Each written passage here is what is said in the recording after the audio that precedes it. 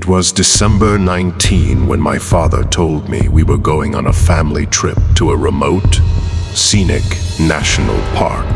The plan was to leave just after Christmas and spend 2 weeks exploring the untouched beauty of the wilderness. I was excited, who wouldn't be? My cousins were joining us, and the thought of an adventure with them after months apart was enough to make me giddy. The drive was long. We rented 2 cars and packed them with supplies. The house we were staying in was on the edge of the park, an old bungalow with a reputation for being cozy and comfortable. But I remember the first moment I saw it, something felt off. Next to the bungalow was an abandoned, half-built house. It looked ancient, with parts of the walls missing, and it was surrounded by a constant, eerie fog. A large tree loomed over it, casting long shadows that seemed to dance across the ground, even in the stillness of the afternoon. I couldn't shake the feeling that something about that place wasn't right. But we were tired, and the caretaker and his wife greeted us with such overly enthusiastic smiles that it felt like we couldn't refuse the hospitality. Dinner was quiet, though. Everyone seemed drained, not just physically, but emotionally, as if the house itself was sucking the life out of us.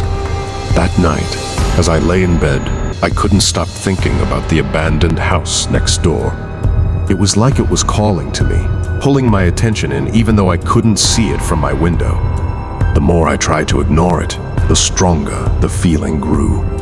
And then, somewhere in the middle of my restless thoughts, I finally drifted off to sleep.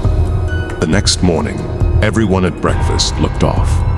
I didn't say anything at first, but I noticed the dark circles under my uncle's eyes.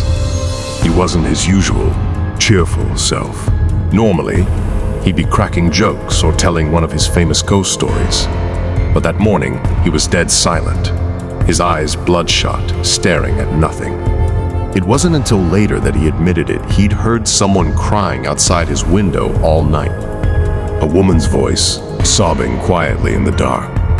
He didn't see her, but the sound alone had kept him awake, paralyzed in fear. When he said that, I felt my skin crawl. I hadn't heard the crying, but I had felt something too, a weight in the air, something watching. That day, we went on a safari in the park, but my mind wasn't on the wildlife. It was on that house. That crying. And the more I tried to push it away, the more it gnawed at me.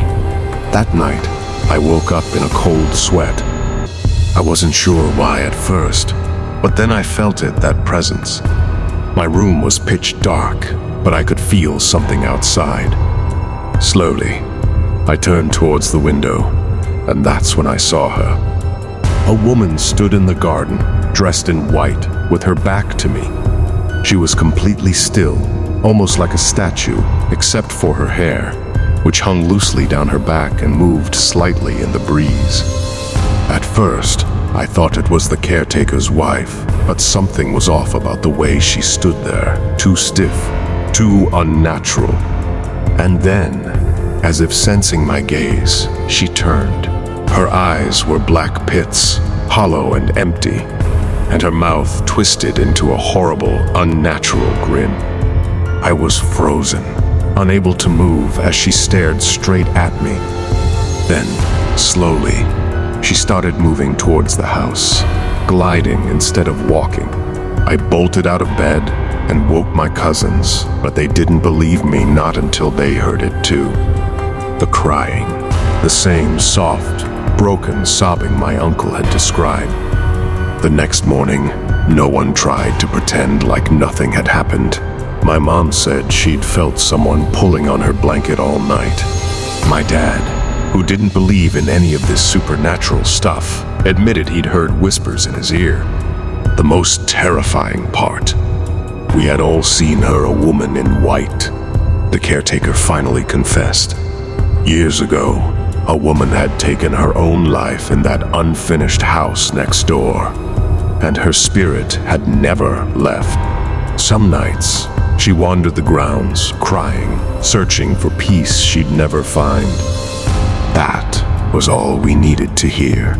We packed up immediately and left, not caring where we ended up as long as it wasn't there. As we drove away, I glanced back at the house. The air felt colder, and everything had gone eerily still. The caretaker and his wife stood at the doorway, their faces blank, watching us leave. And then, through the fog, I saw her again, the woman in white, standing under the tree, her dark eyes locked on me, even as we drove further and further away. I'll never forget that trip. It was supposed to be a fun, adventurous family vacation at House